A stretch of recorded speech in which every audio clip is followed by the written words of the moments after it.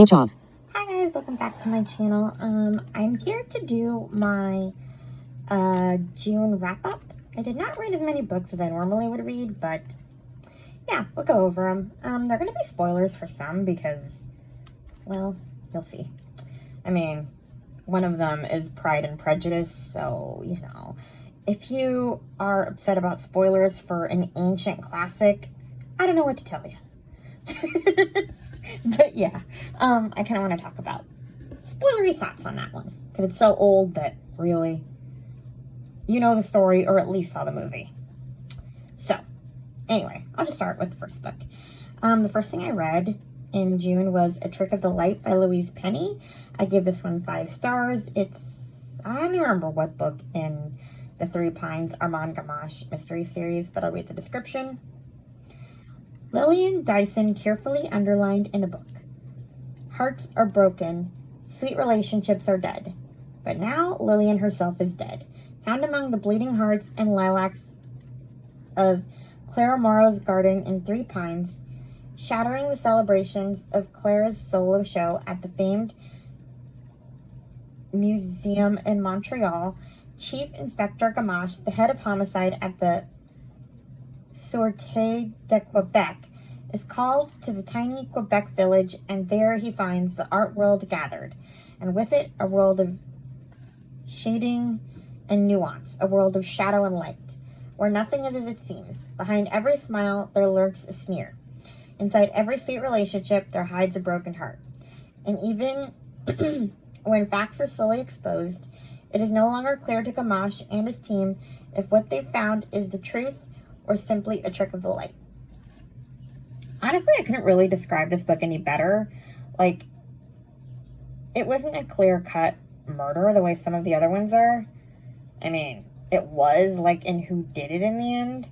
But, like, it's really hard to kind of go into depth in this one without kind of talking about the plots of other books. But other storylines kind of keep going, like Clara's relationship with her husband, stuff like that.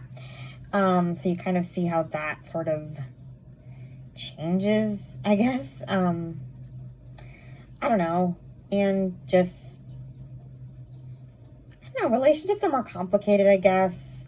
People's motives for doing things are more complicated. It's all really messy in a way that's going to go into the next books. So I need to get to the next one pretty soon. It's really hard to describe this one, so I'll just leave it there. The next book I read was The Wishing Game by Meg Schaefer. I give this one 4 stars. I got this one through the Fabled Book Preview, Fabled Bookstore in Waco, Texas. They do this like Zoom meeting every few months where they talk about new releases coming out. So this one came out on May 30th. Years ago, a reclusive, mega best-selling children's author quit writing under mysterious circumstances. Suddenly, he resurfaces with a brand new book in a one-of-a-kind competition, offering a prize that will change the winner's life in this absorbing and whimsical novel. Make a wish. You might just get it. Lucy Hart knows better than anyone what it's like to grow up without parents who love her. In a childhood marked by neglect and loneliness, Lucy found her solace in books, namely the Clock Island series by Jack Masterson. Now 26-year-old teacher's age, she is able to share her love of reading with bright young students, especially 7-year-old Christopher Lamb, who is left orphaned after the tragic death of his parents. Lucy would give anything to adopt Christopher, but even the idea of becoming a family seems like an impossible dream without proper funds and stability. But be careful what you wish for. Just when Lucy is about to give up, Jack Masterson announces he's finally written a new book. Even better, he's holding a contest at his home on the real Clock Island, and Lucy is one of the 4 lucky contestants chosen to compete to win the one and only copy. For Lucy, the chance of winning the most sought-after book in the world means everything to her and Christopher. But first, she must contend with ruthless book collectors, wily opponents, and the distractingly handsome and grumpy Hugo Reese, the illustrator of the Clock Island books.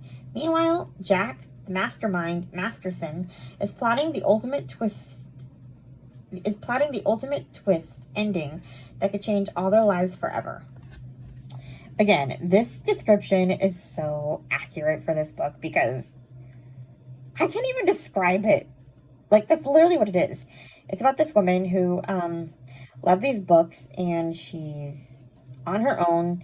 She has a pretty low-paying job, and she wants to adopt this kid, but she can't adopt a kid because she doesn't have her own place. She lives with roommates, and she has always loved these Clock Island books with this, like, fantasy world where all your dreams come true and stuff. And it's kind of the adult version of Willy Wonka, where suddenly you have, like, this chance to see the real Clock Island and kind of be in your favorite book series, essentially.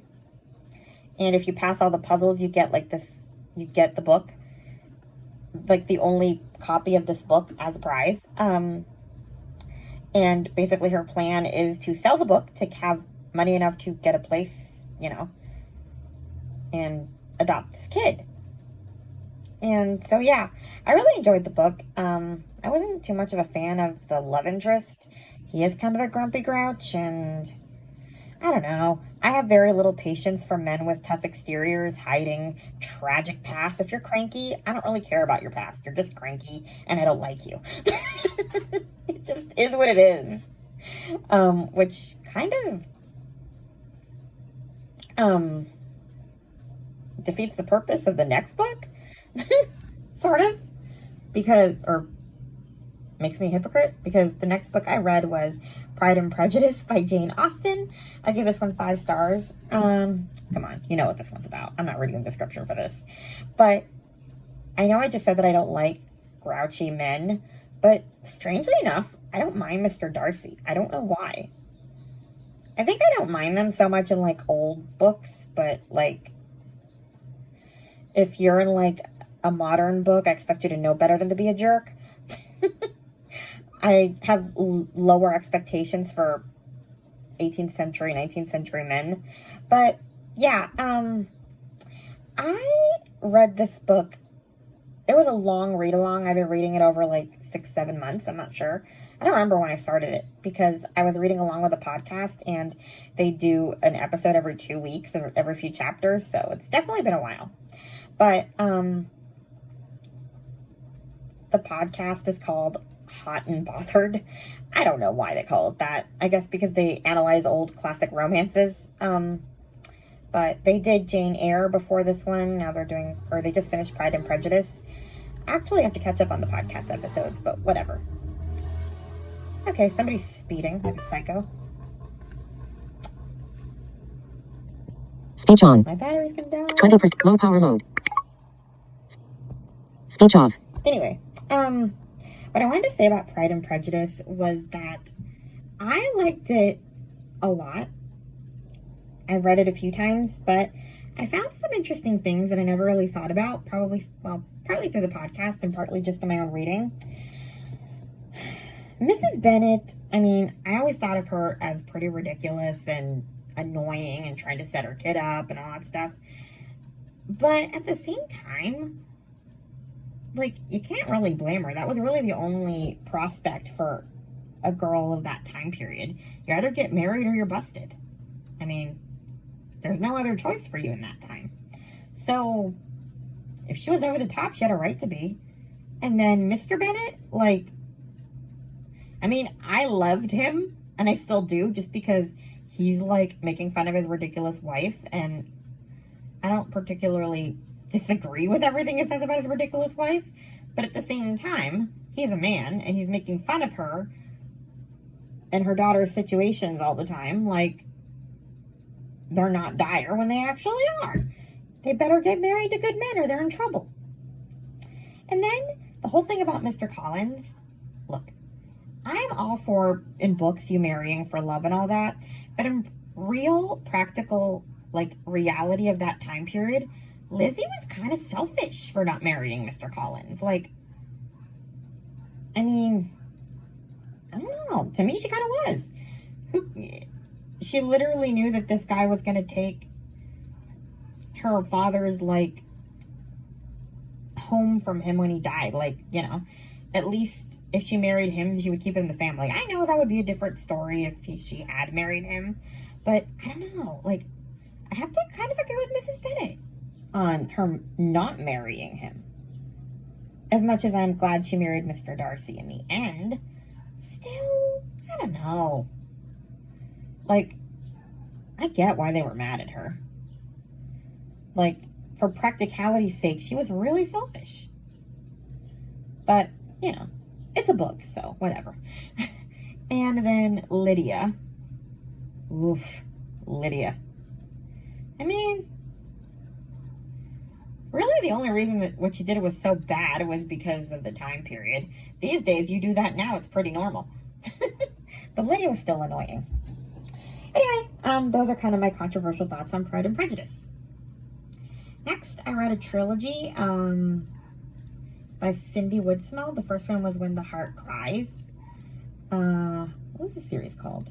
I talked about it in my Goodreads video, but basically,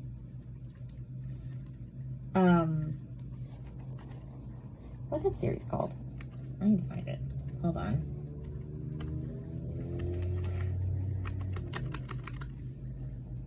Sisters of the Quilt series. So basically, this one, the first one's called When the Heart Cries. It's basically about this girl named Hannah, who's Amish, and she falls in love with this Mennonite guy named, what's his name?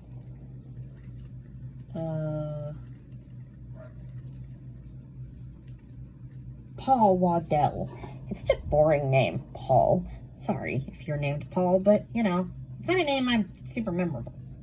Anyway, she wants to marry him, and he's a Mennonite man, and she already kind of knows that her parents aren't going to approve, but, you know, it's sort of like this forbidden love thing because they have very different religions and stuff like that, and she's old order Amish, so they're a little bit stricter than the new order. No electricity and stuff like that. So, yeah, something happens to her, trigger warning for assault, and, well, sexual assault. Kind of giving it away a little bit, but it's hard not to. And so basically it's kind of how she handles that, how the community handles that, because they're very black and white, the Amish, in this book at least, and yeah, it just becomes very hard, especially because they also believe in, I mean, apart from the fact that no sex before marriage and all that stuff, they also believe in no, like, fighting back. So she can't even, like, decide to take this guy, like, to report this guy. They're taught to forgive and forget, and that's hard.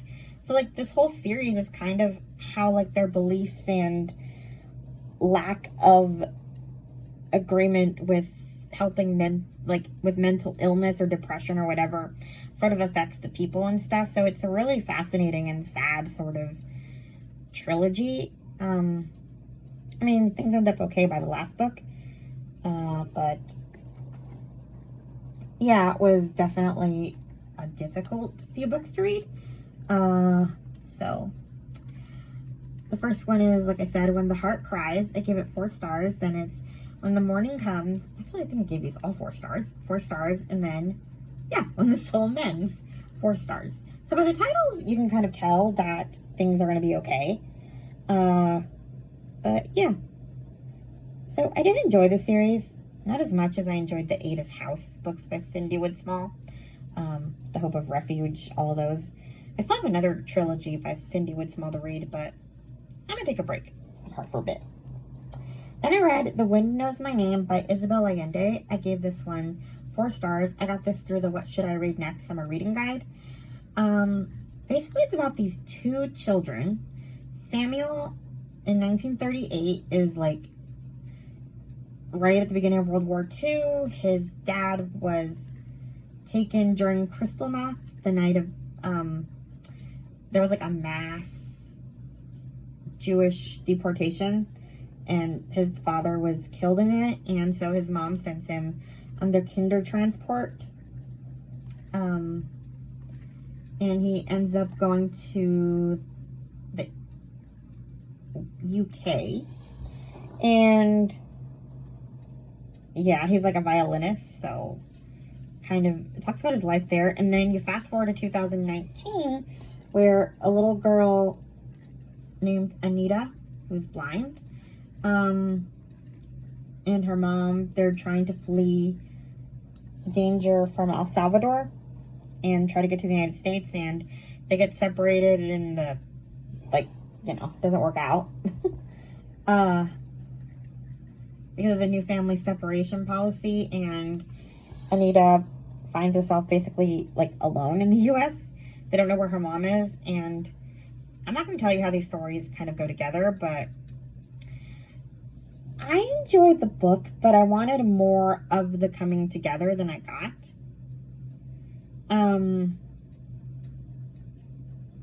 And it kept kind of going back to Samuel's life in between, like, the stuff about the little girl, which is what I really wanted to know about, because you would hear a little bit about the dangers the little girl was facing, and then you go back to, like, Samuel, 1955, what he was doing in 1955. I don't care. I mean, okay, his life was a bit relevant to the story, but at the same time, it was like, do we really need to know all this, or can we make the book longer?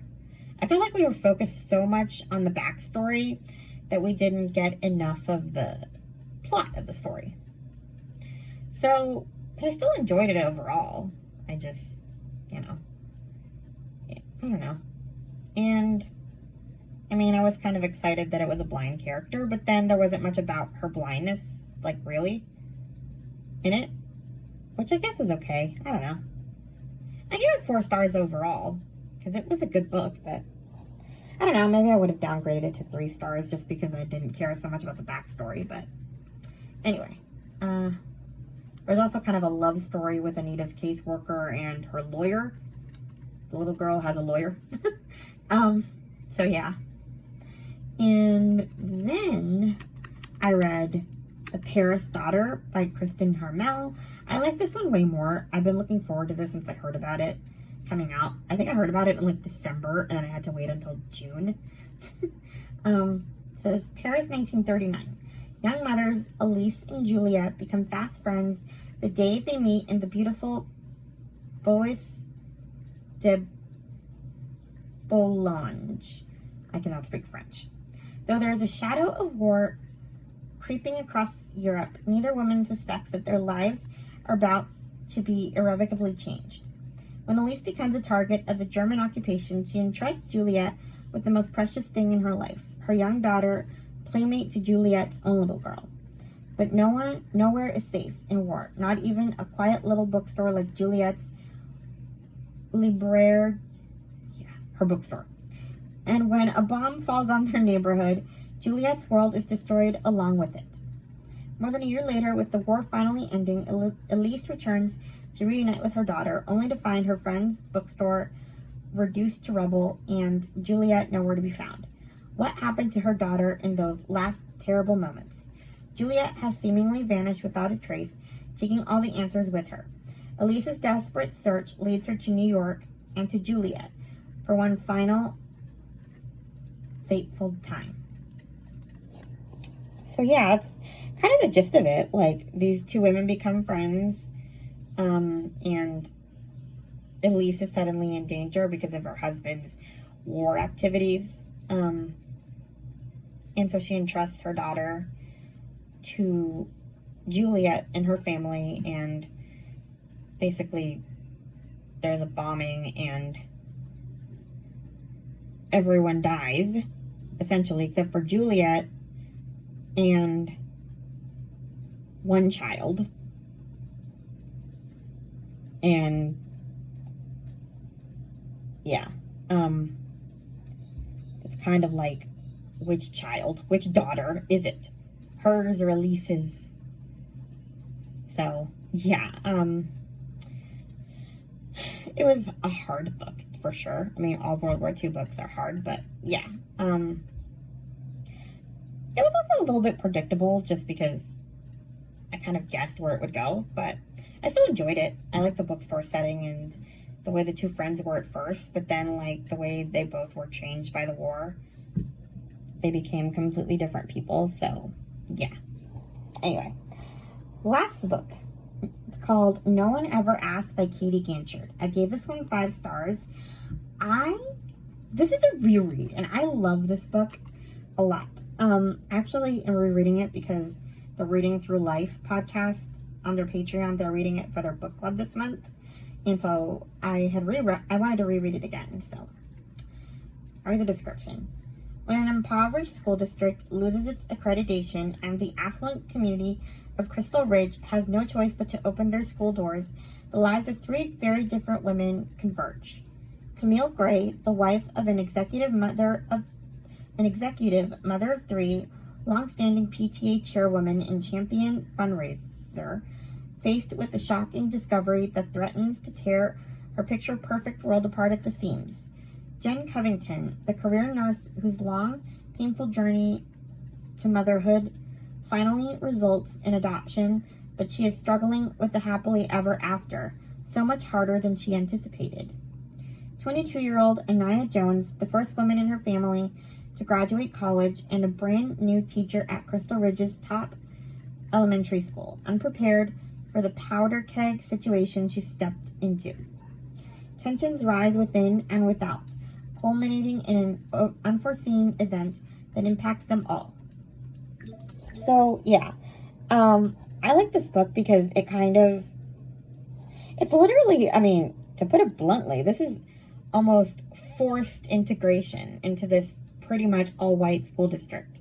Because the school that primarily has black students, because of, like, the areas, it's not like a segregated school, there are some white kids, but it lost its accreditation, so Crystal Ridge was forced to open its doors to kids from out of the district, and the families are not happy about this because they see it as troubled kids, like, from quote-unquote gang families coming in to corrupt their pure little angels. So, yeah, it's kind of a lot of what it is about. Like, Camille is one of the ones who's against the integration, and she's trying to convince everybody she's not a racist when it's clear she's a total racist. And then we have Jen Covington, who's like the school nurse, who adopts a black child. Where's she from? Liberia, I think. And you kind of see her struggle with that because the adoption is not as easy as she anticipated it being. So you really see, like, the reality of adoption. It's not all fun and games. And then you have Anaya, who's, like, the teacher, the new black teacher that gets assigned to Crystal Ridge. And Camille's daughter is in her class, and so is Jenny Covington's daughter. And, yeah, you can imagine how that goes. You know, like, you're favoring the black kids over my kid, and it's a whole thing. But it's kind of interesting because it shows sort of prejudices on both sides. That's why I found the book interesting, because there's so much to talk about. Like, we see plenty of racism from whites toward the black community in this book, but we kind of also see the other way around, where we see, like, the Anaya, the teacher, didn't want her brother dating a white girl, so, you know, he kind of called her out on that, and it was interesting. So, I don't know. It just kind of has all these questions that you kind of have to ask yourself, and it's an interesting book. And there's a little bit of religion in it. Like, there's some, I think it's considered Christian fiction, I'm not sure, but either way, it's one of my favorite books, and I'm glad I reread it. So, yeah, that is all I read for June. Please like, comment, and subscribe, and I'll talk to you in my next video. Bye. Speech on. Stop recording video.